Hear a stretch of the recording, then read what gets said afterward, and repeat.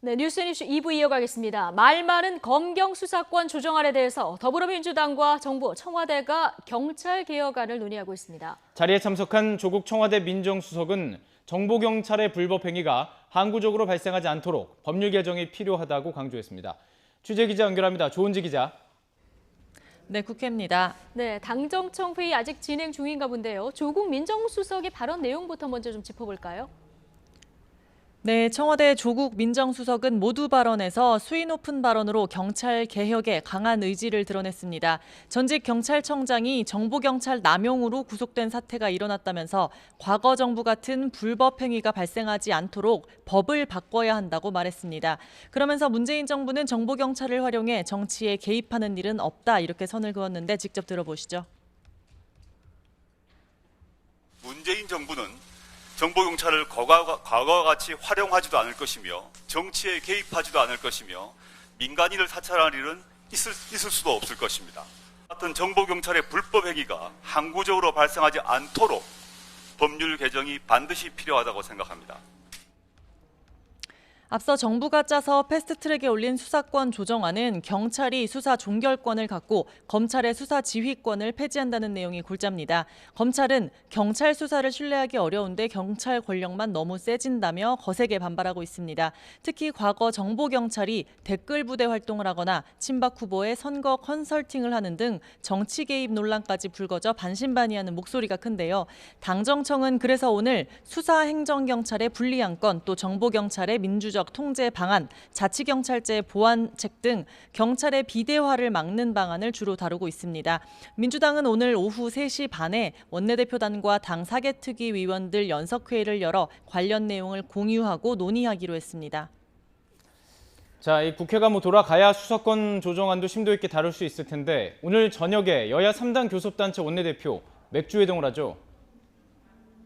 네, 엊그제 5.18 기념식을 거치며 감정의 골은 더 깊어진 분위기인데 오늘 자리가 국회 정상화의 중요한 계기가 될 것으로 기대를 모읍니다. 오늘 저녁 8시 국회 근처에서 더불어민주당 이인영, 자유한국당 나경원, 바른미래당 오신환, 여야 3당 원내대표가 함께 만납니다.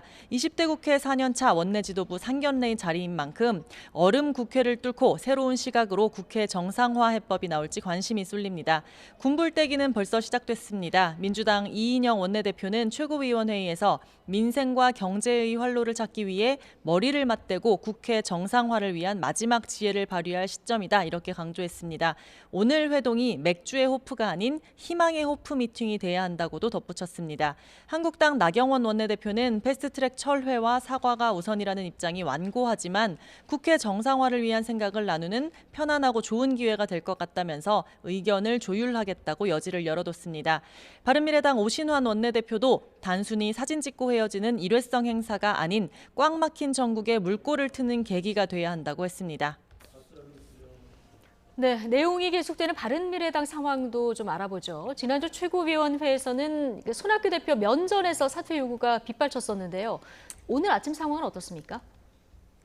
네, 공개 회의에서는 한결 정돈된 분위기였지만 비공개 때는 밖에서 고성이 들릴 정도로 격앙된 공방전이 오갔습니다. 손학규 대표는 오늘 최고위원회의에서 사무총장의 임재훈, 정책위 의장의 최이배, 수석 대변인의 최도자 의원을 각각 임명했습니다. 당대표 권한인 핵심 당직들을 임명하면서 사퇴 요구에 정면 돌파하겠다는 의지를 드러낸 겁니다. 오신환 원내대표는 협의를 생략하고 날치기 통과하는 건 옳지 않다면서 손 대표가 독단적으로 당을 운영한다고 꼬집었습니다. 또 정책위 의장은 원내대표와 함께 국정 현안에 대응하는 자리인데 최소한 본인과는 의견 조율을 거치는 게 상식이라고도 했습니다. 어쨌든 사무총장과 정책위 의장 등이 손 대표 측근들로 임명되면서 당권파와 유승민계 안철수계의 균형이 4대5로 팽팽해졌습니다. 이래저래 당분간 잡음은 불가피해 보입니다. 지금까지 국회에서 YTN 조은지입니다. 네, 법무부 검찰과거사위원회가 장자연 사건의 검찰 수사 권고 여부를 오늘 오후에 발표할 예정입니다. 1년 넘게 진행된 재조사에도 성폭행 등 핵심 의혹들은 수사 권고가 어려울 거란 전망이 나옵니다. 취재기자 연결하겠습니다. 조성호 기자. 네, 법무부입니다. 네, 장자연 사건 진상조사 결과 오늘 몇 시에 발표됩니까?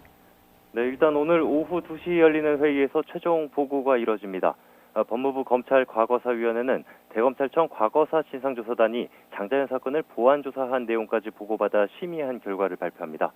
과거사위는 오후 4시에 심의 결과를 언론에 브리핑하겠다고 공지했습니다. 발표 내용에 구체적인 조사 내용과 수사 권고 여부가 담길 것으로 보입니다. 과거사위는 지난주 대검 과거사 진상조사단이 지난 13개월 동안 조사한 내용을 토대로 작성한 250쪽 분량의 최종 보고서를 검토했습니다. 수사 권고 내용을 놓고 막판까지 이견이 있던 만큼 어떤 사안을 재수사 권고할지 관심인데요. 먼저 김학의 사건처럼 검찰에 수사를 권고할 수 있는 사건은 장씨 소속사 대표의 위증 혐의 정도가 꼽힙니다. 성접대 의혹 등 장자연 사건의 핵심 의혹은 대부분 공소시효가 지났거나 조사 단계에서 권고까지 할 만한 관련 증거를 확보하지 못한 것으로 전해집니다. 자세한 내용은 오늘 법무부 회의가 끝나야 알 수 있을 걸로 보입니다. 장자연 사건을 조사한 대검 진상조사단은 앞서 수차례 활동 기한을 연장하면서 1년 넘게 사건을 조사해왔습니다. 문재인 대통령까지 직접 나서 철저한 진상규명을 지시하기도 했는데요. 대검찰청 과거사 진상조사단은 사건의 공소시효와 상관없이 지난 10년 동안 제기된 의혹들에 대해 조사 기한을 연장하면서까지 확인 작업을 벌여왔습니다. 1년여 동안 80여 명의 참고인을 대상으로 조선일보 일과 관련 의혹 등을 조사한 것으로 알려졌는데요. 과거 검경 수사 과정에서 조선일보 사주 일가와 관련한 수사 외압 정황이나 술자리에 누가 참석했었냐 등의 일부 사실관계는 확인된 것으로 전해졌습니다. 하지만 정작 강요된 접대나 성폭행이 있었다는 핵심 정황을 확인하지 못했고 공소시효 문제로 재수사 권고에 포함하기는 어려울 거란 전망이 나옵니다. 고 장자연 씨를 둘러싼 의혹은 장 씨가 지난 2009년 극단적인 선택을 한 뒤 발견된 자필 문건에서 시작됐습니다. 언론사나 기획사 관계자들을 성접대했다는 내용 등이었는데 같은 해 경찰과 검찰 수사에서는 성상납 의혹을 받던 이들이 모두 무혐의 처분을 받았습니다. 지난 10년간 의혹이 계속된 장자연 사건에 대해 오늘 과거사위가 어떤 조사 결과를 발표할지 주목됩니다. 지금까지 법무부에서 YTN 조성호입니다. 네, 중국이 유엔의 강력한 대북 제재 속에서도 지난해 김정은 북한 국무위원장의 방중 이후 쌀과 비료를 무상 지원한 것으로 알려졌습니다. 중국의 대북 쌀 지원은 김정은 위원장 집권 이후 처음으로 김 위원장의 방중에 대한 선물이자 북중 관계 정상화를 과시한 조치로 풀이됩니다. 이동우 기자입니다. 중국이 지난해 북한에 무상 지원한 품목은 12억 원 상당의 쌀 1,000톤과 650억 원어치 질소비료 16만 톤입니다. 김정은 위원장이 지난해 3월 처음 방중해 시진핑 주석과 만난 이후와 5월 2차 방중, 6월 3차 방중 이후에 대북 지원이 집중됐습니다. 이 같은 사실은 우리의 관세청에 해당하는 중국 해관총소의 북중 무역 통계를 통해 확인됐습니다. 중국이 북한에 쌀을 지원한 것은 지난 2011년 김정은 북한 국무위원장 집권 이후 처음입니다. 시진핑 주석이 유엔의 강력한 대북 제재 속에서 대규모 경제 지원을 할 수 없는 상황에서 김 위원장의 방중에 대한 성의의 표시이자 북중 관계 정상화를 대내외에 과시한 조치로 풀이됩니다. 중국은 앞서 김정일 국방위원장이 사망한 직후인 지난 2012년 체제 안정을 위해 1,400억 원 상당의 옥수수와 질소 비료를 지원한 이후 대북 지원을 급격하게 줄였습니다. 북한의 핵과 미사일 개발 본격화에 따라 북중 관계가 악화되면서 경고 차원에서 대북 원조를 삭감한 것입니다. 유엔의 대북 제재가 전면 시행된 2017년에는 무상 원조를 전면 중단하기도 했습니다. 이 같은 추세를 뒤집고 지난해 무상 원조를 재개했지만 북중 정상회담의 대가로는 크지 않아 북한의 불만이 컸을 것이라고 베이징의 소식통은 밝혔습니다. 다만 쌀 이외에 대량의 질소 비료를 지원한 것은 북한의 곡물 수급과 작황에 어려움이 있었다는 증거로 풀이됩니다. 특히 올해는 북중 수교 70주년인데다 시진핑 주석의 방북도 검토되는 만큼 지난해보다 훨씬 많은 무상 원조가 제공될 가능성이 점쳐지고 있습니다. YTN 이동호입니다. 북한이 남측의 인도적 지원 발표에 아무런 반응을 보이지 않은 채 연일 외세 간섭을 배격하라면서 대남 압박을 이어갔습니다. 대남 선전 매체 우리민족끼리는 최근 열린 한미 워킹그룹을 거론하며 외세에 의존해 남북관계 문제, 민족 문제를 해결해 보려는 어리석은 행위들이 없어지지 않고 있다고 비판했습니다. 또 다른 선전 매체인 조선의 오늘도 지금이야말로 더욱 과감히 남북관계를 발전시켜야 할 때라면서 남북 공동선언을 토대로 한 자주통일 달성을 주장했습니다. DMZ 평화의 길 철원 구간이 다음 달 1일부터 민간에 개방됩니다. 정부는 지난달 27일 DMZ 평화의 길 고성 구간을 1차로 개방한 데 이어 철원 구간을 민간에 개방한다고 밝혔습니다. 이번에 개방하는 철원 구간은 백마고지 전적비에서 출발해 비상주 감시 초소, GP를 거쳐 다시 백마고지 전적비로 돌아오는 15km 구간으로 3시간 정도 소요됩니다. DMZ 내 비상주 GP가 민간에 개방되는 것은 남북 분단 이후 처음이고 이 GP에서는 현재 유해 발굴 작업이 이루어지고 있는 화살머리 고지 등을 볼 수 있습니다. 홍남기 경제부총리가 미중 무역 갈등 심화로 우리 경제에 미치는 영향이 이전보다 훨씬 더 심각해질 가능성이 있다고 우려를 표시했습니다. 금융시장 변동성 확대에 대비해서는 선제적으로 대응하겠다고 밝혔습니다.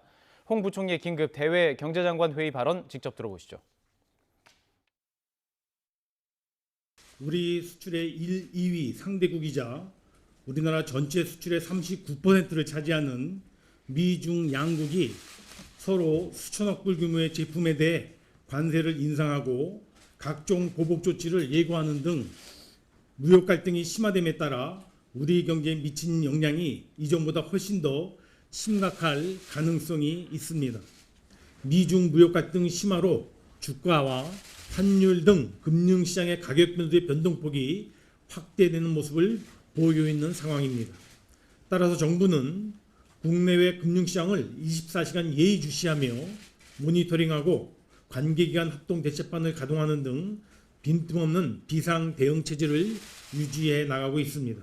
또한 금융시장의 지나친 쏠림 현상 등으로 변동성이 확대되는 경우 적절한 안정 조치를 통해 시장 안정을 유지해 나갈 계획입니다.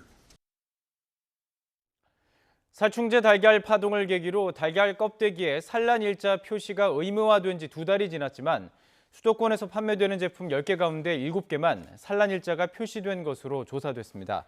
한국소비자단체협의회는 최근 서울과 경기도에 있는 판매점 380여 곳에서 팔리는 달걀 제품을 조사한 결과 71%가 산란일자 표기를 지키고 있는 것으로 조사됐다고 밝혔습니다.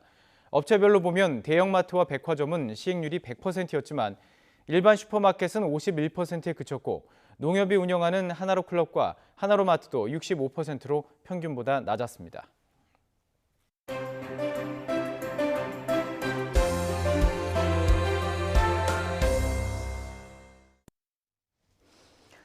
네, 청와대에서 고용 상황이 지난해보다 개선됐다. 앞으로 더 희망적일 거란 전망을 내놓았습니다.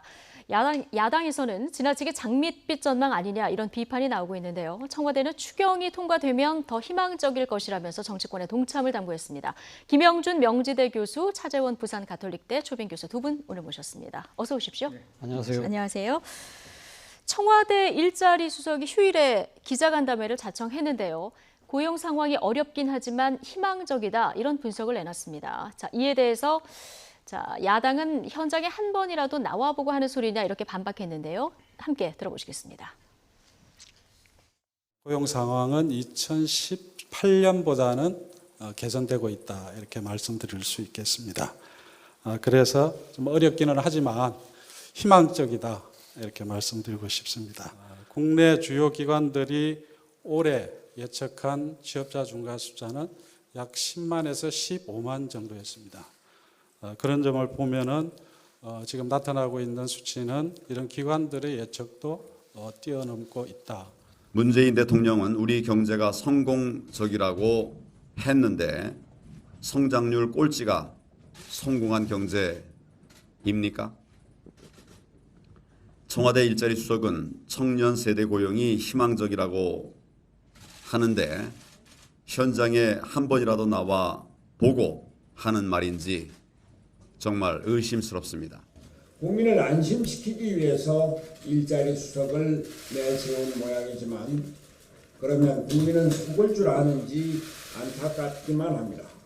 노인 단기 알바가 30에서 40만 개가 급조되었고 30, 40대 일자리는 28만 개가 줄어 사라졌습니다. 청와대와 여당은 경제를 정치로 어지럽혀서는 안 됩니다. 지금 청와대 얘기와 한국당 바른미래당 얘기까지 듣고 오셨는데요. 자, 고용률과 고용지표하고 그 취업자 수 증가폭 이 부분 때문에 청와대에서는 좀 희망적이다 이렇게 얘기를 했는데 지금 야당에서는 현장과 괴리감이 있다 이런 분석이 나오고 있어요. 일단 뭐 대통령이 경제가 성공적으로 가고 있다고 얘기를 한 발언이 있었는데 그것도 4일 후에 통계청이 이제 발표한 자료를 보면은 조금 굉장히 상황이 안 좋게 나왔거든요. 예를 들어서 지금 실업자 수가 124만 명이면은 19년 만에 최고치를 보이고 있고, 그리고 청년 체감 실업률이 한 25% 정도 되고요.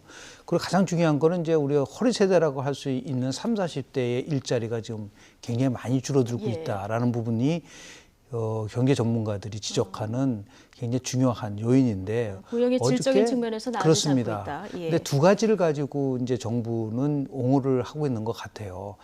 지금 조금 전에 보니까 이제 정태호 일자리 수석도 뭐냐면 비교의 시점을 자꾸만 작년과 보는 거예요. 작년에 실제로 9만 7천 명 정도가 늘어났거든요. 근데 최근에 2월달, 3월달, 4월달에는 이게 20만, 30만으로 늘다 보니까 분명한 거는 2018년보다 더 늘어나고 있는 것이 아니냐라고 얘기를 좀 하고 있는 그런 근거를 얘기를 하고, 두 번째는 노동의 질을 얘기를 하면서 최저임금 때문에 고용의 질, 특히 고용 노동자들은 삶의 질이 높아지고 있다는 얘기를 하고 있는 부분들이 있는데요. 이거는 그렇지는 않죠. 왜냐하면 통계를 어떻게 해석하냐에 따라 달라지겠지만은 학조문으로 얘기하면은 D 플러스가 D 됐다고 좋은 건 아니지 않습니까? A를 전체적으로 보면 A나 B가 돼야 되잖아요. 그러니까 고용이 개선될 거라고 희망적이라고 하기에는 거기에 근거가 있어야 되거든요. 수치가 아니라 수출이 늘어난다든지요. 아니면 우리가 얘기하는 제조업이 굉장히 활성화된다든지 투자가 늘어난다든지 이렇게 고용 여건이 좋아질 수 있는 조건에 대한 것이 별로 이렇게 드러나고 있지는 않는데 좋아질 거다라고 얘기하는 거는 결국 뭐냐면 단기성 일자리가 늘어나는 부분들. 그래서 잠깐만 추경 예산을 잠깐만 얘기를 하지만 추경 예산을 하면은 물론 단기성 일자리가 늘어날 수 있지만 우리가 얘기하는 일자리 전체의 산업적 구조의 변화를 통해서 질 좋은 고용이 창출될 수 있느냐라는 거는 별개의 문제이기 때문에 그런 면에서 봤을 때 저는 청와대 일자리 수석이 얘기한 거는 현실과 참 많이 차이가 있다라는 말씀을 좀 드립니다. 오늘 어쨌든 홍남기 경제부총리도 미중 무역 갈등 때문에 지금 우리 경제에 미칠 영향 이거 참 예의주시해서 봐야 된다 이런 얘기를 지금 한 상황입니다. 어쨌든 지표가 조금씩 나와지는 어떤 희망 메시지를 경제가 심리니까 던지는 건 좋은데 앞으로 대응을 좀 철저히 해야 되고요. 그리고 홍남기 경제부총리가 또 이제 추경안에 대해서 이 부분이 빨리 집행이 돼야 일자리 부분이나 이런 부분에 영향을 받을 수 있다 얘기를 했어요. 근데 야당에서는 지금 추경까지 통과되면 더 경제 위기에 봉착한다 이런 얘기를 내놓고 있는데 자, 이거는 어떻게 해야 될까요? 일단 뭐 청와대나 지금 그 여당의 입장에서는 지금 야당의 그러니까 경기 진단에 대해서 어느 정도 뭐 인정은 하지만 지나치게 정치 공세에 가깝다고 판단하고 있는 것 같아요. 앞서 말씀하신 것처럼 경제는 심리라는 이야기가 있지 않습니까? 그러니까 지금 객관적인 지표가 전년에 비해서 실업률이 개선되고 있는 상황이 있다고 한다면 그런 것 희망적인 요소를 갖고 이걸 좀 북돋우고 그걸 통해서 뭔가 디딤돌로 해서 경제를 그러니까 회복시키겠다는 의미가 아주 강한 것인데 그걸 갖다가 지금 소위 말해서 단기 일자리만 늘어났다. 소위 말해서 소득주도 성장을 통해서 그러니까 노인들 그 용돈벌이용 일자리만 늘었다고 이렇게 공세를 하는 것 자체가 크게 도움이 안 된다는 것이 아마 정부 여당의 판단인 것 같고요. 그리고 아까 추경 말씀하셨는데 추경 부분도 그렇습니다. 추경은 사실은 어떻게 보면 이 타이밍이잖아요. 그러니까 이 지금 타이밍 자체가 벌써 지금 정부가 추경을 국회에 제출한 지가 거의 뭐 보름여가 훨씬 지났는데 국회가 이게 대해서 아직 아무런 지금 뭐 이 논의를 할 수 있는 준비가 되어 있지 않으니까 여기에 대한 답답함 그런 부분도 있는 것이고요. 그리고 또 여권 일각에서 지난주 토요일이었죠. 그러니까 유시민 이 노무현 재단 이사장 같은 경우는 이 토크에서 이런 이야기를 했어요. 추경을 하려면 GDP 한 10% 정도까지 해서 뭐 6조 7천억 정도가 아니라 한 17조까지 해야 된다. 예. 그 정도로 상당히 지금 재정을 우리가 재정 여력이 있을 때는 할 필요가 있는데 너무 지나치게 그 야당의 정치 공세에 이 휘말려서 지금 여당이 오히려 소극적으로 대응하고 있는 것이 아닐까라는 것이 여권 일각의 지적이거든요. 그러니까 그만큼 이 경제를 보는 눈에 있어서 지금 여야의 그 현격한 차이가 드러나고 있는데 모르겠습니다. 제가 생각했을 때는 정부 여당의 입장에서는 재정 여력이 있는 만큼 이걸 통해서 경기를 나름대로 그러니까 부양을 시키는 측면 이 부분에 좀 방점을 두고 있는 것 같습니다. 예, 야당이 가장 많이 공격 포인트로 삼는 것도 사실 이 경제 정책, 경제 방향 그렇습니다. 이 부분인데요. 자, 정당 지지율 추이가 어떤지 이 시점에서 한번 보겠습니다. 오늘 그 YTN 여론조사 결과가 나왔는데요. 더불어민주당이 42.3%까지 올랐고요. 자유한국당이 31.1%까지 떨어졌습니다. 지금 양당의 지지율이 10%포인트가 넘게 지금 격차가 나는 것으로 벌어졌거든요. 김영준 교수님, 이번 주 여론조사에서 이 정당 지지도에서 어떤 걸 좀 눈여겨봐야 가장 됩니까? 큰 변화라고 볼 수 있는 거는 저 민주당의 지지가 3.4%, 6% 정도 포인트 올라갔거든요. 예. 그리고 한국당의 지지는 이제 3.2% 포인트 추락을 했는데요. 40%까지 올라간 거는 지금 그 YTN 리얼미터 조사 작년 10월 달 조사로 알고 있는데요. 3주차 때 42.7%를 받은 적이 있었어요. 예. 그때와 비교했을 때 가장 높은 숫자에 육박하고 있다는 걸 볼 수가 있는 것이고요. 예. 또 한국당 입장에서 봤을 때는 지금 연속 계속해서 상승세를 보였다가 지금 최근에 이제 꺾이는 거로 본 거죠. 그래서 하나 관전 포인트는 과연 20%대로 추락할 것이냐가 이제 관건이었었어요. 예. 그런데 지금 보면은 뭐 그 정도 아니 31.1%가 약간 이제 턱걸이를 한 부분들이 있는데요. 예. 저러한 결과가 나온 거에 가장 핵심적은 결국은 호남에서의 변화입니다. 그렇다고 하면은 5.18 그렇습니다. 관련 그 부분이 이슈, 굉장히 이 부분이 이제 크게 영향이 작동됐었던 있었다. 건데요. 호남 지역에서 지금 민주당은 전주에 비해서 10.8%포인트가 예. 상승한 반면에 한국당 같은 경우는 11.3%포인트로 추락했거든요. 예. 말이 그렇지 11.3%포인트는요, 굉장히 많이 떨어진 겁니다. 지금 제가 이제 다시 한 주 이게 사이니까요. 한 주 사이에 그 분석을 해보니까요. 예. 뭐 저거 가지고 뭐 정당 뭐 여론조사가 뭐 틀렸는지 맞는데 그걸 얘기하는데 그걸 예. 떠나서 아주 냉정하게 분석을 해보니까요. 호남 지역에서 자유한국당의 지지가 11.3% 떨어졌다는 거는요. 이것이 전체 자유한국당 지지의 3%포인트 추락 요인입니다. 예. 그러니까 실질적으로 보면은 2%포인트가 떨어졌잖아요. 한국당이. 그거의 대부분은 호남에서의 추락이 가장 중요한 요인이었다라고 예. 볼 수가 있기 때문에 결국은 조금 전에 앵커님께서 말씀하신 것처럼 이제 5.18 이런 부분에 대한 망언에 대한 부분에 대해서 뭐 솔직한 얘기로 뭐 약속은 했지만 지켜지지 않은 거라든지 이런 부분들이 지금 호남의 민심이 굉장히 극도로 아주 악화된 상태이기 때문에 앞으로라도 지금 약속은 했지 않습니까? 5.18 망언에 대해서 징계를 하겠다고 하니까 이거를 또 유야무야 넘어가서는 안 된다. 빨리 매듭을 지을 필요가 있고요. 이 문제를 가지고 공방을 벌이면 벌일수록 하나 흥미로운 것은 이겁니다.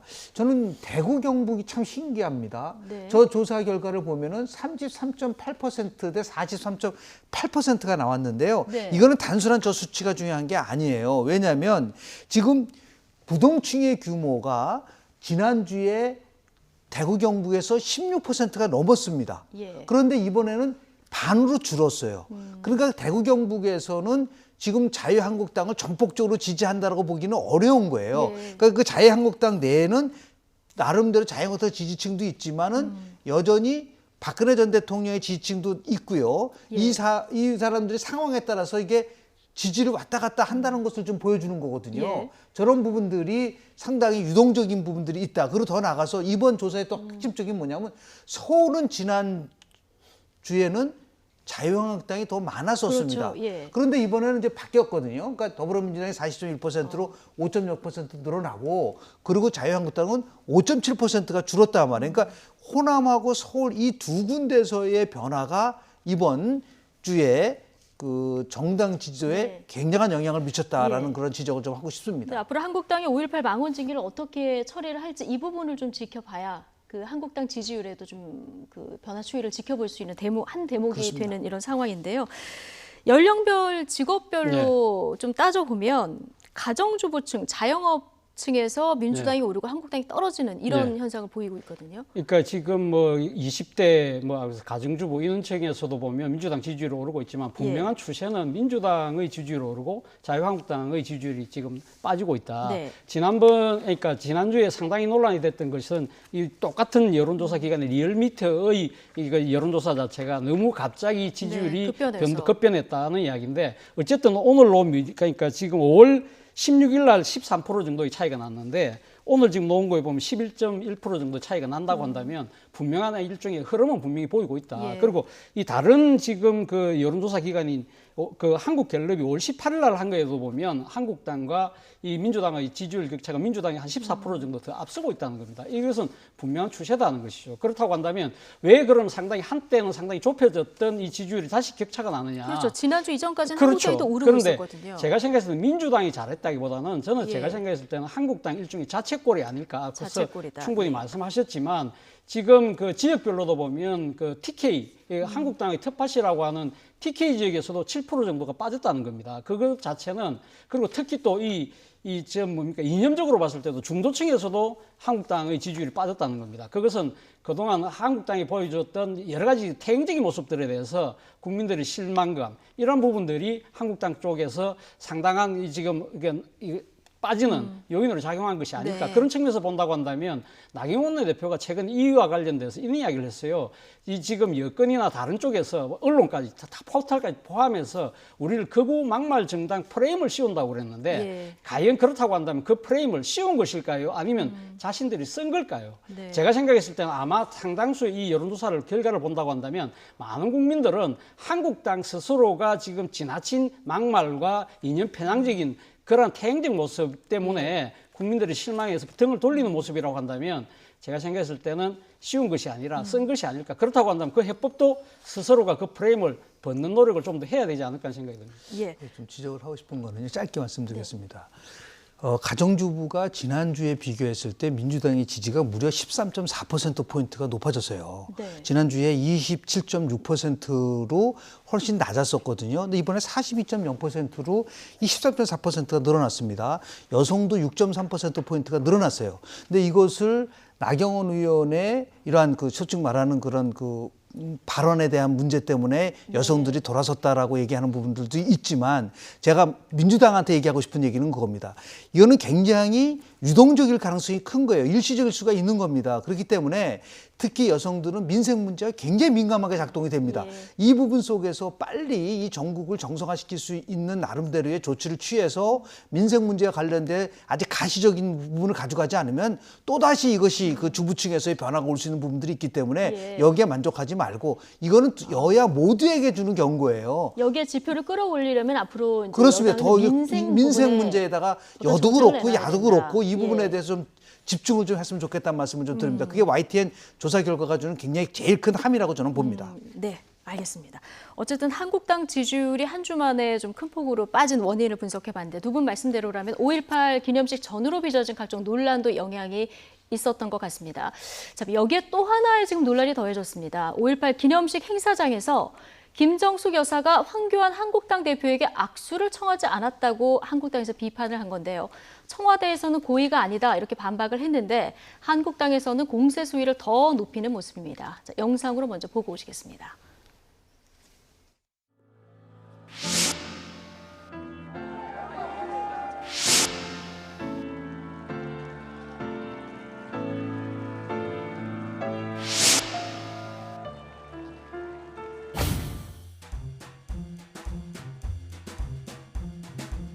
이해찬 대표와는 악수를 하시고 우리 황교안 대표는 이제 얼굴을 마주치고 그냥 건너뛰고 손학규 대표에게 가서 악수를 청하셨습니다. 유감스러운 일이 아닐 수 없습니다.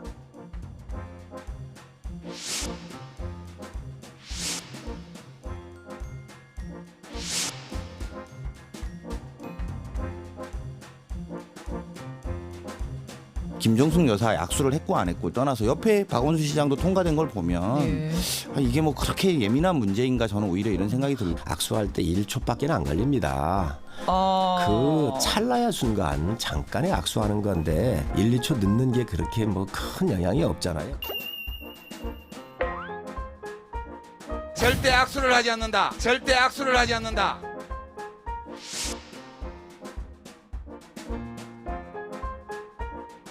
영부인 정도 되시는 분이 누구의 지령을 받고 행동과 판단을 한다는 그 인식 자체가 소화를 할 수가 없는 그런 발언이고요. 네, 김정숙 여사가 황교안 대표와 악수를 안 한 것까지는 팩트. 자, 그런데 이게 이제 야당에서는 의도적으로 안 했다 이런 입장이고요. 청와대에서는 행사 스케줄이 있다 보니까 이제 일정상 그렇게 시간이 촉박해서 건너뛴 거다 이렇게 의도는 없었다 이렇게 해명을 하고 있어요. 예. 제가 청와대 출입 기자로서 대통령 행사 참 여러 번 그러니까 풀 취재단으로 가본 적이 있는데 보면 이렇게 이 영부인의 악수와 관련돼서 이렇게 큰 문제가 발생한 경우는 저는 처음 본 것 같습니다. 그러니까 대통령의 악수도 아니고. 대통령 악수도 아니고 영부인이 건너뛰는 경우도 제 기억으로는 종종 있었던 것 같고요. 그래서 저는 이렇게 정치적 논란이 될 사안인가라는 생각부터가 먼저 듭니다. 사실 그런 부분이 좀 섭섭했다고 한다면 물론 저 자유한국당의 그 대변인을 맡고 있는 민경욱 의원 입장에서는 참 어렵게 좀 행사장에 들어갔잖아요. 그런 상황에서 영부인께서 악수를 안 하고 지나갔다고 한다면 저 좀 애교성 있게 이런 식으로 이야기를 했으면 어땠을까요? 정숙 씨 왜 그러니까 정숙 씨 그 악수 패싱에 머쓱해진 교환 씨 이 정도로 했다고 한다면 만약에 그럼 청와대도 상당히 미안해하는 측면이 분명히 있었을 것인데 저는 이 민경욱 대변인이 지금 이 문제를 공식적으로 제기한 문제에서 세 가지가 상당히 좀 문제라고 생각하는 부분이 본인이 이야기할 때 이런 이야기를 했어요. 그러니까 남북 화합 이전에 남남 갈등을 지금 조장하고 있는 것이 아니냐고 하는데 본인의 이야기 자체가 일종의 남남 갈등을 지금 조장하고 있는 것이 아닐까요? 그리고 두 번째는 왜 김정숙 여사가 그러면 수많은 사람들하고 악수하는 과정 그런 부분을 비교를 하는 데 있어서 왜 굳이 김정은 국무위원장과 그러니까 악수한 것과 황교안 대표를 비교를 했을까요? 이거는 자유한국당이 요즘 말하고 있는 좌파, 종북 이러한 그 색깔론을 좀 덧칠하려는 그러한 뜻도 있지 않았을까 하는 생각이고 세 번째는 앞서 이 리포트에도 나왔습니다만은 이것이 유시민 노무현 재단 이사장의 지령이다. 지령이라는 표현을 썼어요. 지령이라는 표현까지 쓰는 거 보면 지나쳐도 한참 지나쳤다. 앞서도 제가 이야기한 것처럼 민경욱 대변인이 약간 좀 애교 섞인 그런 식의 이야기 정도를 했다고 한다면 많은 국민들이 공감하고 했을 건데 오히려 저는 덕보다 실이 많은 발언이 있지 않나 생각이 듭니다. 예, 그러니까 김정숙 여사도 일부러라도 좀 챙겼으면 하는 생각을 좀 하실지도 모르겠습니다만은 어쨌든 지금 또 하나 논란이 되고 있는 것이 이게 유시민 이사장의 지령에 따른 것이다. 논평을 하면서 여기까지 좀 나가서 이것도 또 제 기억으로는 YTN에서 제가 분명히 말씀을 드린 적이 있는데요. 유시민 그 이사장의 발언이 적절치 못했다라는 얘기를 하지 않았었습니까? 저는 이걸 다 생각했었던 거예요. 왜냐하면 이게 없는 상태였었으면 모르잖아요. 그러니까 유시민 이사장이 그런 얘기를 해서는 안 되는 거예요. 일시적으로 자신 나름대로 악수도 하지 말고 쳐다보지도 말고 말도 섞지 말고 이런 얘기를 했잖아요. 왜 그런 얘기를 했는지 그런 부분 속에서 갖고 있는 나름대로의 부정적인 이런 일들이 있을 수 있다라는 거 우리가 YTN에서 얘기를 하지 않았었습니까? 이게 현실로 나타나 보니까 또 이런 비슷한 게 있었어요. 이해찬 대표가 뭐라냐면 이상한 여론조사라고 그런 얘기를 하고 며칠 있다가 여론조사 결과가 나오니까 또 자유한국당이 더 이상한 여론조사라고. 그래서 정치인들을 얘기를 할 때는요, 이게 굉장히 조심스러운 부분들이 있는데 또 하나는 청와대가 저는 시간이 촉박해서라는 그 논평을 까지 할 필요가 뭐가 있냐라는 거죠. 그 부분에 대해서 그냥 그 상황이 시간이 촉박하다라고 얘기하는 부분이 또 빌미를 줬었던 부분들이 있단 말이에요. 근데 또 해명을 안 하면 또 근데 그런 식으로 꼭 이게 시간이 촉박하다는 얘기가 과연 얼마나 설득력이 있었겠느냐라는 부분들도 있어서 행사의 여러 가지 상황에 따라서 악수를 안 할 수도 있지 않느냐라는 그런 것으로 전개를 했었으면 더 좋았지 않았느냐는 부분이 들고요. 이게 지금 한국 정치의 민낯이에요. 이게 도대체 민생과 무슨 관련이 있는지 제가 자꾸 민생 얘기를 하는 게 아까 여야 공이 그렇습니다. 신경 써야 될 것은 민생이다. 그냥 스쳐 지나가는 거 이거를 무슨 공식적으로 되고 이렇게 하는 자체가 우리의 정치의 질을 떨어뜨리고 있는 부분들도 있기 때문에 다시 한번 말씀을 드리면 이러한 여러의 정치인들의 언행이나 또는 글이나 이런 쪽에서는 한 번 더 숙고를 해서 무엇이 정말 국민들이 원하는 것인지를 좀 잘 숙고해서 좀 처신했으면 좋겠다라는 말씀을 좀 드립니다. 어쨌든 황교안 대표 험난하지만 광주에 갔고 임을 위한 행진곡도 불렀고요. 자, 뭐 흑투성이가 된 바짓단 그 사진도 화제가 되긴 했었는데 광주의 상처가 치유될 때까지 내가 오겠다. 내가 가야 할 곳이기 때문에 갔다라는 얘기를 이제 하지 않았습니까? 오늘은 또 전북을 찾았는데 황 대표의 광주행 전체적으로 어떻게 평가하십니까? 뭐 황 대표 입장에서는 지금 제1야당의 대표지 않습니까? 그리고 국가기념일 행사장에 공식 초청을 받았기 때문에 가는 것은 저는 당연하다고 보는 것이고요. 그리고 또 본인 입장에서는 상당히 바로 그러니까 지난 토요일 날 가기 또 며칠 전에 강주에 가서 물세례 봉변도 당하지 않았습니까? 그럼에도 가는 부분에 있어서는 나름대로 상당히 호남의 정서가 상당히 자신에게 안 좋다고 하더라도 그 자신은 끝까지 호남을 껴안겠다는 나름대로 포용 이미지 보이는 것도 좋습니다. 좋은데 문제는 과연 진정성이라는 부분입니다. 사실 앞서도 제가 말씀드렸습니다만은 지금 자유한국당이 5.18과 관련된 이 부분에 있어서는 사실 어떻게 보면 자신들이 지금 자당 소속의 의원들이 일종의 평지풍파를 만든 거 아닙니까? 5.18 폄훼, 5.18 이미지에 대한 폄훼 발언 이러한 부분들에 대해서 당 차원에서 징계 조치가 아직까지 제대로 명쾌하게 진행되지 못하고 있다. 그리고 5.18 진상조사와 관련된 부분에 있어서도 많은 분들이 보기에는 상당히 어떻게 정략적으로 뭔가를 좀 이용하고 있는 것이 아닐까라는 생각, 그런 부분들에 대해서 명쾌하게 지금 그 해명을 못하고 있기 때문에 이러한 상황에서 무조건 내가 그러면 나는 박해를 받는다 하더라도 가겠다는 그 자체가 과연 진정성 있게 다 들리느냐는 겁니다. 제가 생각했을 때는 이 지금 그 자유한국당이 바로 전신인 이 그 민정당 시절에 강주 사태가 강주 민주화 운동이 됐고요. 그리고 또 이 강주 항쟁에 대해서 역사적 단죄가 이루어진 것도 민주당의, 그러니까 한국당의 전신인 신한국당 시절이었다는 것이죠. 만약에 그것의 법적 정통성과 정당성을 그대로 승계하는 정당이라고 한다면 지금 현재의 모습은 일종의 자가당착적인 모습이 아닐까. 그러한 모습이 해소하지 않고 계속적으로 호남이 다가가겠다는 것은 약간은 조금 보면 억지 춘향적인 성격으로 비칠 수도 있다는 겁니다. 김영준 교수님은 어떻게 보십니까? 광주 상처 치유될 때까지 시민을 만나겠다라고 황교안 대표가 얘기를 했어요.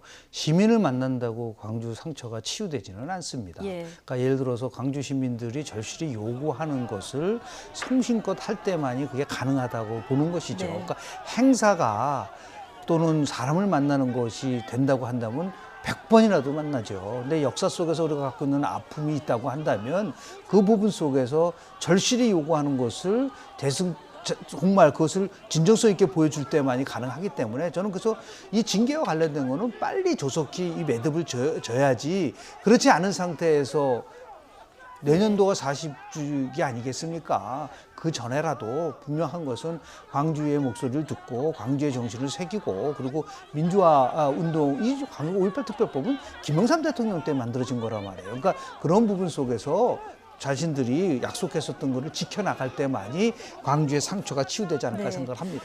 만나는 것보다는 망언 의원들에 대한 징계, 그리고 진상조사위를 빨리 가동시키는 것, 이런 부분에 대해서 진정성을 좀 보여주는 것이 중요하다, 이 얘기를 해주셨습니다. 자, 5.18 기념식에서의 공방 하나 더 있었는데요. 문재인 대통령의 기념식 발언 때문입니다. 독재자 후예가 아니라면이라는 발언에 여야는 또 신경전을 벌였습니다. 또 3년 만에 임을 위한 행진곡 제창에 동참한 황교안 대표는 나의 길을 가겠다, 이렇게 얘기했는데요. 함께 들어보시겠습니다. 광주 시민들께 너무나 미안하고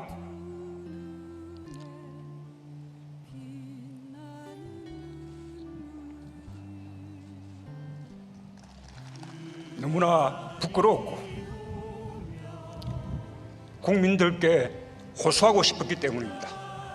독재자의 후예가 아니라면 5.18을 다르게 볼 수가 없습니다.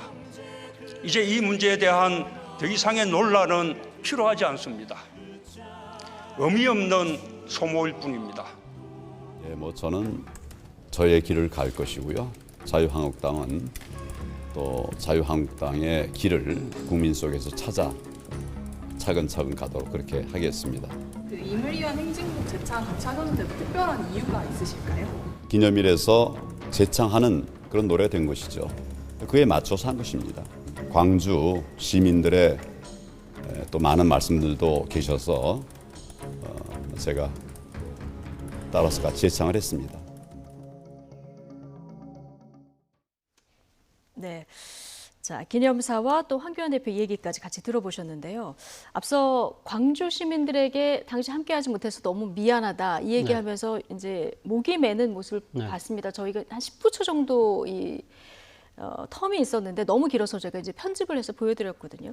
이 부분에 대해서 아마 들으시면서 많이 공감하신 분들이 있었을 것 같아요. 예, 저도 뭐 저 장면 보면서 왜 저렇게 이렇게 목이 메이실까 생각을 해봤는데 아마 개인적으로는 일종의 좀 5.18에 대한 그 부채의식을 좀 갖고 계신 것 같아요. 예를 들면 그 1980년 5월달에 서울역 시위할 때 이 문재인 대통령이 당시 경희대 복학생 협의회 의장으로 그 시위에 참여했고 바로 그 때문에 이 지금 그때 당시 경찰서에 구금됐던 그런 상황이 있거든요. 바로 그 직후에 5.18이 일어났다는 것이죠. 그런 상황에서 본인이 나름대로 부채의식도 갖고 있는 것이지만 그것보다도 더 중요한 것은 이 지금 앞서도 제가 말씀드렸습니다만 자유한국당의 전신인 이 지금 민정당과 그러니까 신한국당을 통해서 모든 이거 여야 정파를 다 초월해서 우리가 5.18에 대한 보편적 가치를 다 모든 국민들이 인식하고 거기에 대해서 공감대를 형성했던 거 아닙니까? 이 부분에 대해서 그 정치적 후신들이 이제 와서 이런 식으로 막말을 하고 이 대립과 갈등을 그러니까 지금 이렇게 만든 상황, 이 상황을 보면 어떤 지금 그러니까 이 여당 소속의 대통령으로서가 아니라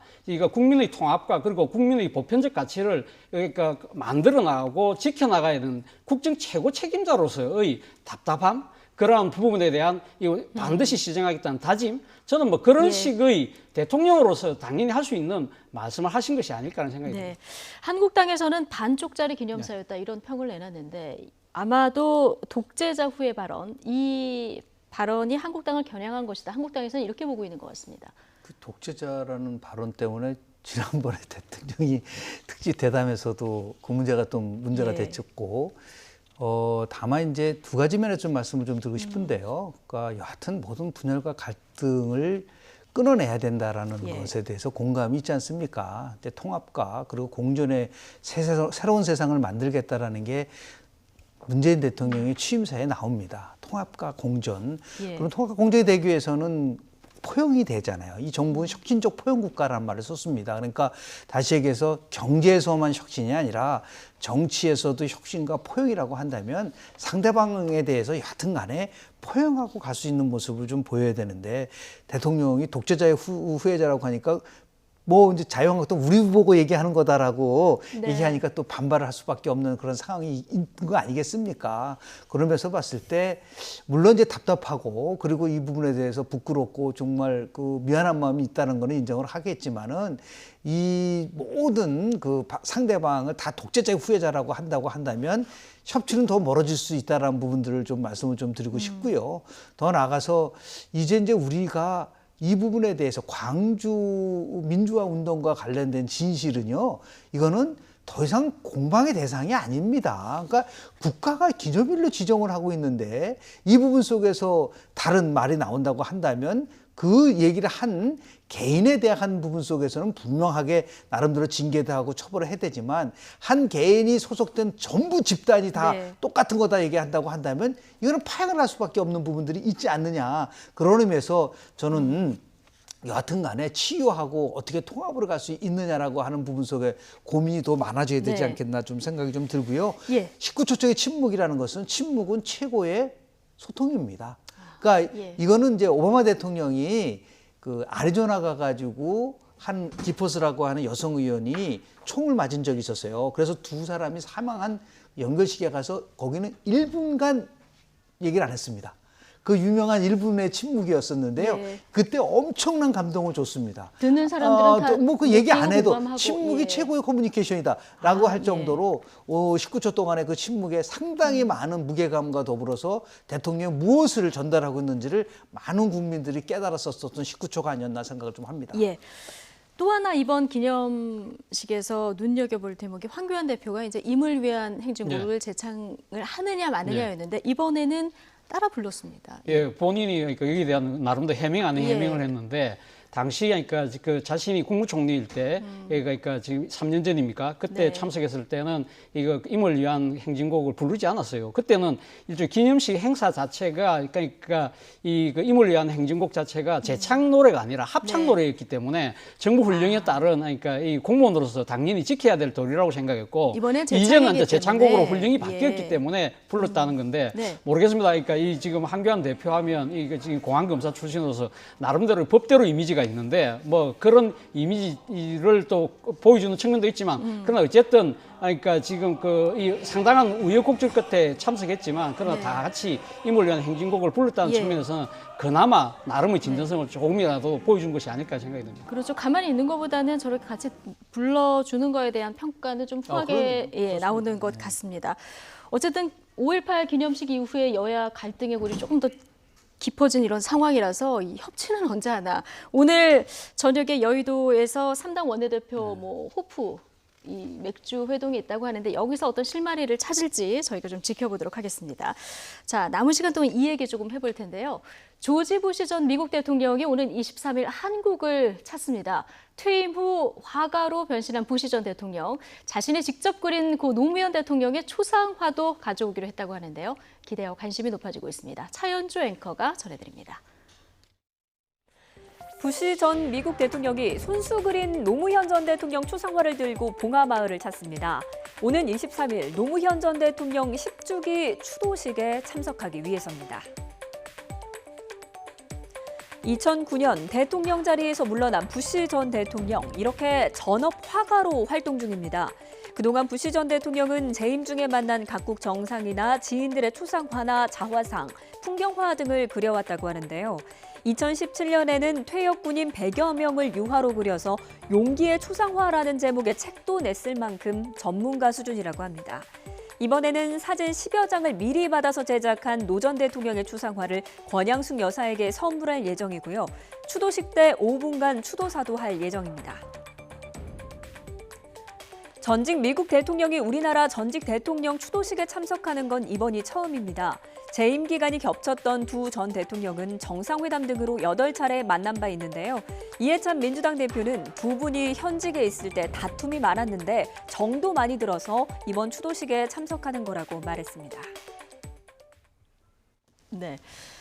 자, 노무현 전 대통령이 초상화를 들고 온다고 하는데 뭐 그림의 인기야 전직 미국 대통령이니까 당연히 뭐 있을 테고요.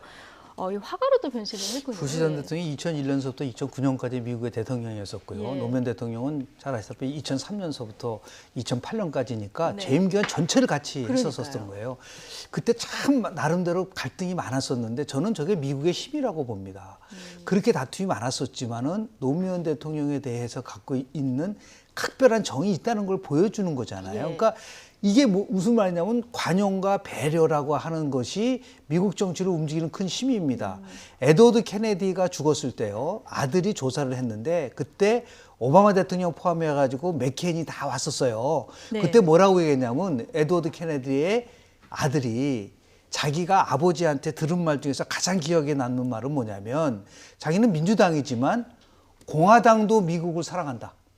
그런 말을 해가지고 그 당시에 굉장히 많은 감동을 줬습니다. 그러니까 여야 진보와 보수가 대한민국을 같이 다 사랑한다는, 그러니까 아무리 노무현 대통령이 진보라고 하더라도 네. 부시 대통령의 마음속에서는 같이 함께 이렇게 전 세계의 네. 글로벌 외교를 같이 했었던 사람에 대한 존경심이 묻어난 거거든요. 예. 이런 것들은 좀 우리가 좀 받아들이고 우리도 저렇게 좀 됐으면 좋겠다.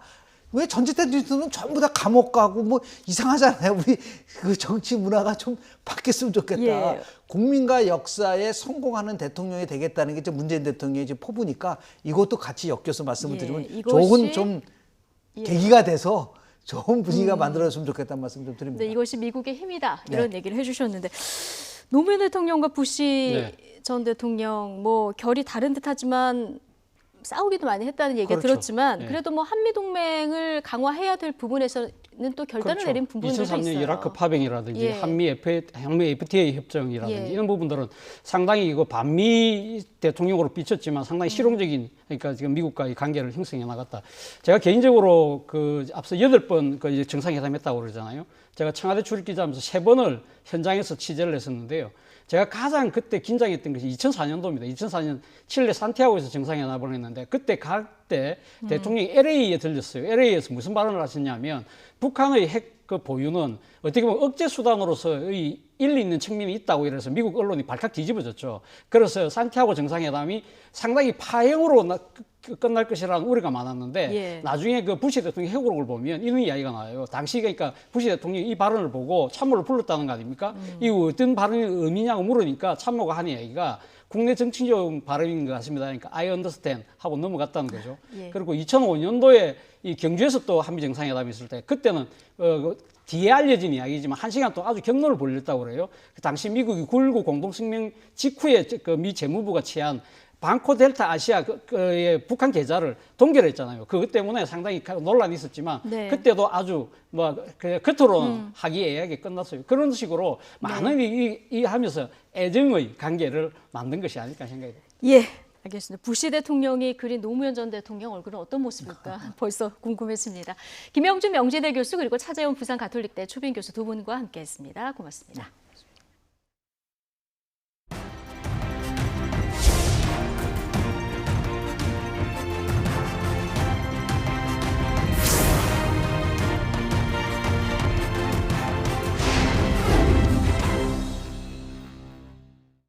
네, YTN의 녹가루 분유통 보도 이후 해당 분유업체는 공식 SNS 계정을 통해서 무결점 공정을 검증받았다 이렇게 홍보했습니다. 당국에서 현장 검증을 나와서 모든 제품에 문제 없음을 확인했다는 건데 알고 보니 거짓이었습니다. 이영원 기자의 단독 보도 보시겠습니다. 이른바 녹가루 분유통으로 문제된 분유 제조업체의 공식 SNS 계정입니다. 분유통 문제가 불거진 이후 업계에서 가장 먼저 안전성 검증을 받았다고 홍보합니다. 행정기관과 식약처에서 모든 제품에 어떤 문제도 없는 것으로 확인했다는 겁니다. 하지만 YTN 취재 결과는 달랐습니다. 지자체에서 분유업체 공장에 현장 조사를 나간 건 지난 8일과 14일. 담당 공무원은 두 차례 모두 공장 가동이 중단된 상태라 쓱 한번 둘러봤다고 설명했습니다.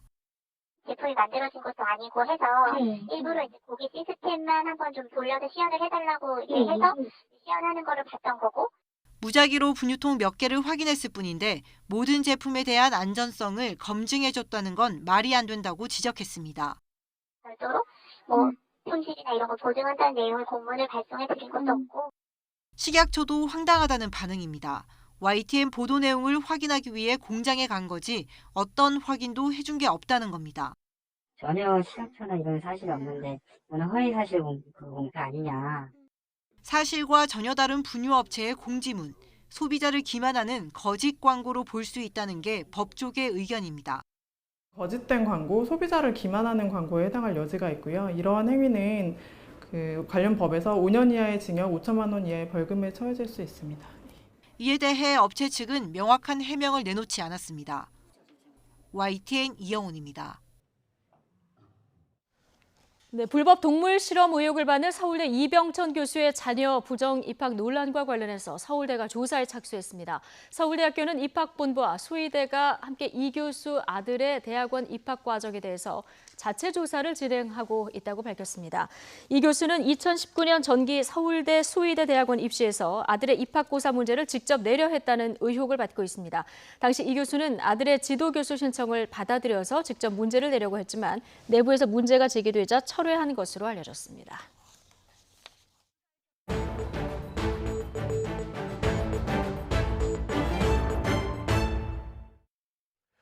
김학의 사건 검찰 수사단이 오늘 성폭행 피해를 주장한 여성을 불러서 조사하면서 김 전 차관의 성범죄 의혹 수사에 집중하고 있습니다. 지난주 구속된 김 전 차관은 어제 구속 이후 처음으로 소환됐지만 사실상 조사에 불응하면서 내일 다시 출석할 예정입니다. 취재기자 연결해서 알아보죠. 신지원 기자. 네, 서울 동부지방검찰청입니다. 오늘 성폭행 피해를 주장하는 여성 검찰의 참고인으로 출석하는데 김 전 차관과 어떤 연관이 있습니까? 네, 검찰 사단은 오늘 오후 성폭행 피해를 주장한 여성 최모 씨를 불러 조사합니다. 최 씨는 지난 2013년 검찰 수사 당시 2008년 강원도 원주별장에서 건설업자 윤 씨와 김학의 전 차관으로부터 성폭행을 당했다고 주장했습니다. 당시 검찰은 최 씨가 성폭행을 주장한 시점 이후에도 윤 씨와 교류하며 성관계 대가를 받은 정황을 발견해 사건을 무혐의 처리했는데요. 검찰이 재수사에 착수하자 김 전 차관은 지난달 최 씨가 거짓으로 피해를 주장했다며 무고 혐의로 고소했습니다. 이에 대해 최 씨도 지난달만 김 전 차관을 두고 무고 혐의로 맞고소하면서 검찰은 두 사람을 상대로 사실관계를 확인하기로 했습니다. 이 성범죄 혐의는 법무부 과거사위원회의 수사 권고에서도 빠졌던 부분인데 검찰이 이렇게 들여다보고 있는 이유가 있습니까? 네, 성범죄 의혹에 대해서는 이미 과거에 2차례 검찰 수사가 있었고 법원도 특별한 혐의가 없다고 한 차례 판단한 적이 있습니다. 또 검찰이 지금까지 확인한 사진이나 영상이 대부분 2007년도에 촬영된 만큼 공소시효도 문제입니다. 하지만 검찰 수사단이 전방위 압수수색으로 새로운 증거를 찾아냈고 성범죄를 피해를 주장한 여성들도 정신과 진료 기록 등을 제출하는 등 관련 자료를 낸 것으로 전해집니다. 그만큼 검찰은 여성들과 주로 연락을 주고받았던 건설업자 윤중천 씨의 성범죄 혐의부터 들여다보고 있습니다. 윤 씨는 이 여성들이 성관계 대가로 금품을 받은 점을 들어 성폭행이 아닌 성접대였다고 주장하고 있는데요. 검찰은 여성들이 금전적인 대가를 받았더라도 모든 성관계에 동의하지는 않았을 가능성을 열어두고 조사하고 있습니다. 이 밖에 윤 씨를 상대로 다른 사기 혐의 등을 추가해 구속영장을 다시 청구할지 검토하고 있습니다. 네, 김 전 차관은 검찰의 두 번째 소환에도 사실상 불응했는데 언제쯤 조사가 이루어질 것으로 보입니까? 김학의 전 법무부 차관은 어제 구속된 이후 사흘 만에 처음으로 검찰에 나왔습니다. 하지만 제대로 된 조사를 받지 못하고 2시간 만에 서울 동부구치소로 돌아갔는데요. 김 전 차관 측은 구속영장 심사 직전에 새로 선임한 변호사들과 충분히 의견을 나누지 못했다면서 시간을 더 달라고 한 것으로 알려졌습니다. 검찰은 김 전 차관이 건설업자 윤중천 씨와의 관계에 대해 기존과 달라진 진술을 내놓을지 주목하고 있는데요. 그동안 윤 씨를 전혀 모른다던 김 전 차관이 법원의 구속영장 심사에서 만난 적이 있을 수 있다는 취지로 말을 바꿨기 때문입니다. 검찰은 일단 내일 김 전 차관을 다시 불러 조사하고 최장 20일 동안 구속 수사하면서 남은 뇌물 혐의와 성범죄 의혹에 대해서도 조사할 방침입니다. 자, 김 전 차관이 구속되면서 예전에는 왜 이런 혐의들 뭘 밝혀냈느냐 지적도 나오고 있습니다. 과거 수사 외압 의혹에 대한 수사도 좀 진행이 되고 있습니까? 네, 지난 2013년 검찰 수사 당시 청와대 민정수석실의 외압 의혹은 법무부 과거사위원회의 수사 권고로 처음 불거졌습니다. 김 전 차관의 접대 동영상을 경찰이 청와대에 보고했지만 오히려 질책과 인사 불이익을 당했다는 겁니다.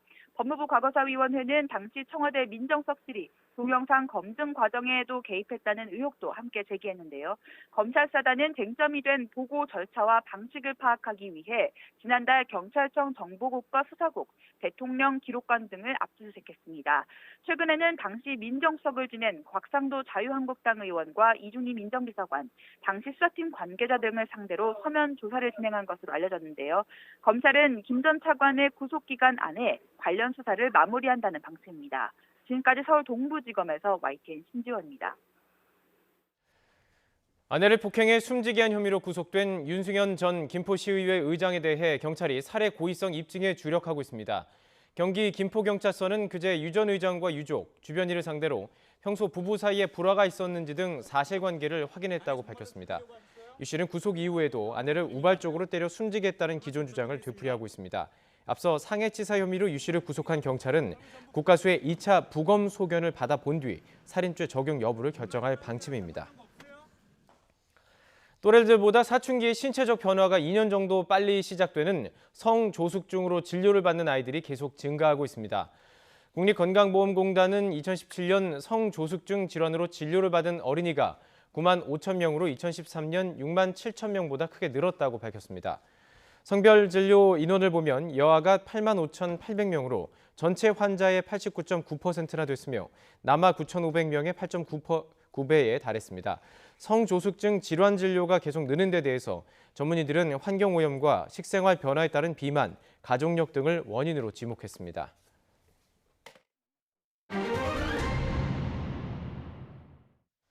중국이 지난해 북한에 쌀과 비료를 무상 지원한 것으로 나타났습니다. 지난해 남북, 북미, 북중 정상회담이 잇따라 열리면서 한반도 평화 분위기가 고조된 상황에서 중국이 북한에 대한 인도적 지원에 나선 것인데요. 이 소식 베이징 연결해서 좀 더 자세히 들어보겠습니다. 강성웅 특파원. 네, 베이징입니다. 네, 중국이 지원하는 것이 쌀과 비료인데요. 일단 지원량이 얼마나 됩니까? 네, 쌀은 1,000톤이고 비료는 16만 2천여 톤입니다. 우리 돈으로 환산하면 대략 쌀은 12억여 원 정도고 비료는 654억 원어치 정도 됩니다. 모두 합치면 지난해 660억 원 정도를 중국이 북한에 지원한 것입니다. 이런 통계는 중국 해관총서라는 우리의 관세청에 해당하는 기관의 자료에 나타나 있습니다. 쌀은 지난해 7월에 제공했습니다. 비료는 농사가 본격 시작되는 지난해 5월에 주로 지원을 했고 이후 6월과 8월, 9월, 10월에도 나누어 북한으로 보냈습니다. 예. 자, 비료는 비교적 많이 지원됐다 이런 얘기들이 나오는데요. 16만 2천 톤이면 이게 어느 정도 양입니까? 네, 적은 양이라고 할 수는 없는데요. 과거 사례를 보니까 북한이 연간 대략 50만 톤 정도의 비료가 부족한 것으로 나타나고 있습니다. 예. 중국이 연간 부족량의 3분의 1 정도를 한꺼번에 지난해 북한에 무상 지원한 것입니다. 지난해 북한이 식량 증산을 위해서 노력을 기울이면서 비료가 많이 필요했기 때문으로 보이는데요. 쌀은 1,000톤이 지원됐습니다. 이것은 북한이 매년 100만 톤이 훨씬 넘는 양의 식량이 부족한 것으로 볼 때 많은 양은 아닌 것 같습니다. 그렇군요. 자, 중국의 지원이 김정은 위원장의 방중에 대한 선물이다. 자, 이런 얘기도 나옵니다. 이렇게 볼 수 있는 겁니까? 네, 그런 측면도 있기는 합니다. 김정은 위원장이 지난해에는 3번이나 중국을 방문했습니다. 지난해 3월에 처음으로 시진핑 중국 국가주석을 만났고 이후에 5월에 2차, 또 6월에 3차 이렇게 연달아 3번을 방문했죠. 사실 그전에는 친중파로 알려졌던 장성택이 처형되고 북한이 핵개발에 집중하면서 북중 관계가 한동안 멀어졌었습니다. 지난 2016년부터는 유엔 안보리의 대북 제재 수위도 한층 높아지기 시작했습니다. 예. 때문에 지난 2017년에는 중국을 포함해서 국제사회가 모두 북한에 인도적 지원을 전혀 하지 않았습니다. 그러다가 김정은 위원장의 방북을 전후해서 북중 관계가 개선된 것입니다. 동시에 이즈음 남북 관계를 보면 지난 4월 27일에 제1차 남북 정상회담이 열렸습니다. 또 5월과 9월에 잇따라 2차, 3차 남북 정상회담이 개최됐었습니다. 또 지난해 6월에는 김정은 위원장과 트럼프 미국 대통령의 1차 북미 정상회담도 있었습니다. 지난해에도 대북 제재가 물론 시행되고는 있었지만 국제적으로 한반도를 둘러싼 평화 분위기가 고조되면서 중국도 북한에 대한 인도적 지원에 다시 나섰다 이렇게 보는 게 맞는 것 같습니다. 예. 자, 지금까지 전해진 걸 보면 이거는 중국이 지난해 지원한 상황인데요. 중국이 혹시 올해도 북한의 식량이나 비료를 이미 지원했거나 혹은 앞으로 지원할 가능성 어느 정도나 될까요? 네, 어느 정도 있다고 볼 수 있습니다. 올해 예. 들어서도 이미 지난 1월에 김정은 위원장이 4차 방북을 했고 시진핑 주석과 만났습니다. 더구나 올해는 북중 수교 70주년이고 시진핑 주석의 방북 가능성까지 현재 거론되는 상황입니다. 때문에 북한에 대한 지원이 이미 있었거나 또 있을 수도 있다고 볼 수 있습니다. 현재 미국이 안보리를 통해서 강한 대북 압박에 나서고는 있지만 인도적 지원은 대북 제재에 포함되어 있지 않습니다. 변수는 북미, 미중 관계를 포함한 한반도 정세 전반입니다. 지난 2월 말에 하노이 북미 정상회담이 무산되면서 북미 관계가 어려워졌습니다. 더구나 중국은 현재 미국과 심각한 무역 갈등을 겪고 있습니다. 때문에 중국으로서는 대북 지원에 앞서서 전체적인 국익을 우선 고려할 것으로 보입니다. 북중 관계는 물론 미중 관계, 북미 관계, 한중 관계 등을 종합적으로 따져서 추가 지원 여부를 판단할 것으로 전망됩니다. 지금까지 베이징에서 YTN 강성웅입니다.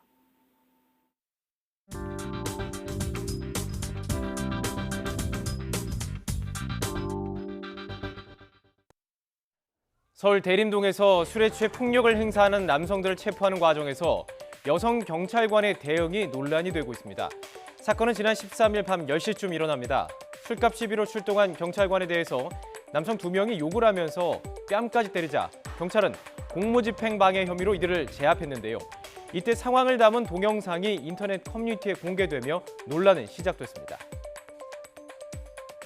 된 영상에서 봤을 때는 이제 그 제대로 이제 남성 경찰 하나, 여성 경찰 한 명 있었는데 거기서 여성 경찰 한 명이 지금 피의자를 제압하지 못하고 밀리는 현상, 이런 장면이 목격이 됐었습니다. 네. 그렇기 때문에 여기서부터 이제 그 여자 경찰이 제대로 제압을 하지 못했다, 이런 논란이 있었고 이후에 이제 17일에 이제 경찰 구로경찰서가 담당이었는데요. 거기서 경찰서에서는 현장에서 적절한 대응 조치를 했다라고 이제 편집된 영상이 아니라 전체 영상을 이제 공개를 하게 됩니다. 남자 경찰이 B를 제압하고 또 이 여자 경찰이 A를 무릎으로 꿇리면서 제압을 하는 장면에서 또 다른 경찰의 도움을 받아서 제압을 완료한 그런 상황이 나오는 장면이었습니다. 예. 그런데 이 전체 동영상이 공개된 뒤에도 논란이 더욱 커졌습니다. 여성 경찰이 제압 과정 중 시민에게 도움을 요청하는 장면 때문이었는데 당시 상황은 없고 영상은 없고요. 음성이 녹음돼 있었습니다. 잠시 들어보시죠. 남자가 하나 나왔어. 빨리 잡아. 자기야. 남자가 나오시 빨리 잡아. 태우세요. 빨리 태우세요. 빨리 잡아. 자, 이 음성만 들으면 마치 여성 경찰관이 남성 시민에게 도움을 받아서 수갑을 채우는 것처럼 들리기 때문에 미숙한 대응이었다, 이런 질타가 이어졌습니다. 경찰은 여성 경찰이 수갑을 채워달라 요청한 대상이 시민이 아닌 무전을 듣고 달려온 교통경찰이었다면서 해명했지만 논란은 쉽게 가라앉지 않았습니다. 경찰의 주장을 믿을 수 없다는 것이었죠. 그렇다면 당시 그 현장에 있었던 교통경찰관의 이야기를 좀 들어봐야 되겠죠. 그러면 제 명예를 걸고 말씀드리는데 현장에 도착했을 때 여경이 완전히 제압하고 있었고 수갑을 줘서 제가 한쪽은 채우고 한쪽 다른 손은 여경하고 같이 채웠어요. 수갑을 채운다는 게 혼자서 정말 어려운 일이거든요. 예, 여경이 알겠습니다. 예. 상체를 완전히 그 무릎으로 제압을 하고 있었어요. 경찰 측에서 이처럼 적극 대응에 나서고 있지만 일부에서는 여성 경찰관 무용론까지 나오고 있습니다. 그러나 최근 성범죄에 대한 인식이 달라지는 등 경찰 업무의 범위가 달라지면서 오히려 여성 경찰의 영역이 커지고 있다고 전문가는 보고 있습니다. 최근에 이제 선진 경찰에서도 경찰력의 가장 그 첨단 전략은 여성의 이를테면 정교한 대화의 기술이다, 또는 갈등 상황을 조절할 수 있는 역량이다, 또는 상대방의 아픔을 공감하는 여성의 그 특질이 앞으로의 경찰의 패러다임이 돼야 된다, 이렇게 보는 시각이 대부분이고요.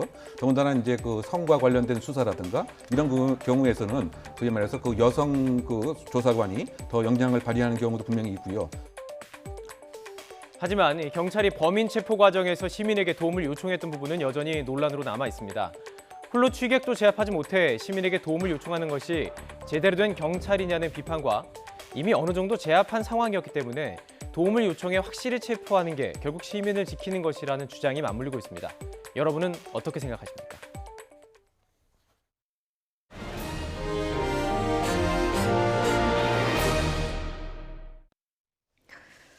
네, 구글이 미국 정부의 제재에 따라서 중국 화웨이와의 거래를 중단한 것으로 알려졌습니다. 이에 따라 화웨이가 생산한 스마트폰의 안드로이드 운영체제 업데이트가 불가능하게 됐고요. 지메일 등 인기 앱들도 이용하지 못하게 됩니다. 김원배 기자의 보도입니다. 미국 상무부는 지난 16일 중국 통신장비업체 화웨이와 화웨이의 68개 계열사를 거래 제한 기업 리스트에 올렸습니다. 이에 따라 화웨이와 해당 계열사들은 미국 기업에서 부품 구매 등을 할 때 미국 당국의 허가를 받아야 합니다. 미국 정부가 화웨이를 거래 제한 기업 명단에 올린 것과 관련해 구글은 하드웨어 소프트웨어 이전이 필요한 화웨이와의 비즈니스를 중단했다고 로이터 통신이 소식통을 인용해 보도했습니다. 소식통은 구글은 안드로이드나 구글 서비스 관련 기술적 지원이나 협력을 화웨이에 제공하는 것을 중단할 것이라고 말했습니다. 로이터 통신은 구글의 이번 조치에 따라 화웨이는 즉각적으로 구글의 안드로이드 운영 체제에 대한 접근을 상실할 것이라고 전했습니다.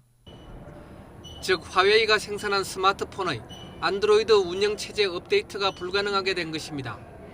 로이터 통신은 또 화웨이가 중국 밖에서 앞으로 출시할 스마트폰도 구글 플레이 스토어나 지메일 등과 같은 앱이나 서비스에 대한 접근을 하지 못할 것이라고 설명했습니다. 로이터 통신은 구글이 화웨이에 대한 대처와 관련해 특정 서비스의 세부 사항에 대해 여전히 내부 논의를 진행 중이라고 보도했습니다. 로이터 통신은 다만 화웨이가 누구에게나 무료로 열려있는 오픈소스를 통해 제공되는 안드로이드 운영체제에 대한 접근은 지속할 것이라고 내다봤습니다. YTN 김원배입니다. 도널드 트럼프 미 대통령이 이란이 전쟁을 원하면 종말을 맞을 것이라며 협박하지 말라고 경고했습니다. 미국에 이어서 바레인도 자국민 철수를 권고한 가운데 미국과 이란의 군사적 충돌 우려가 갈수록 커지고 있습니다. 김영수 기자의 보도입니다.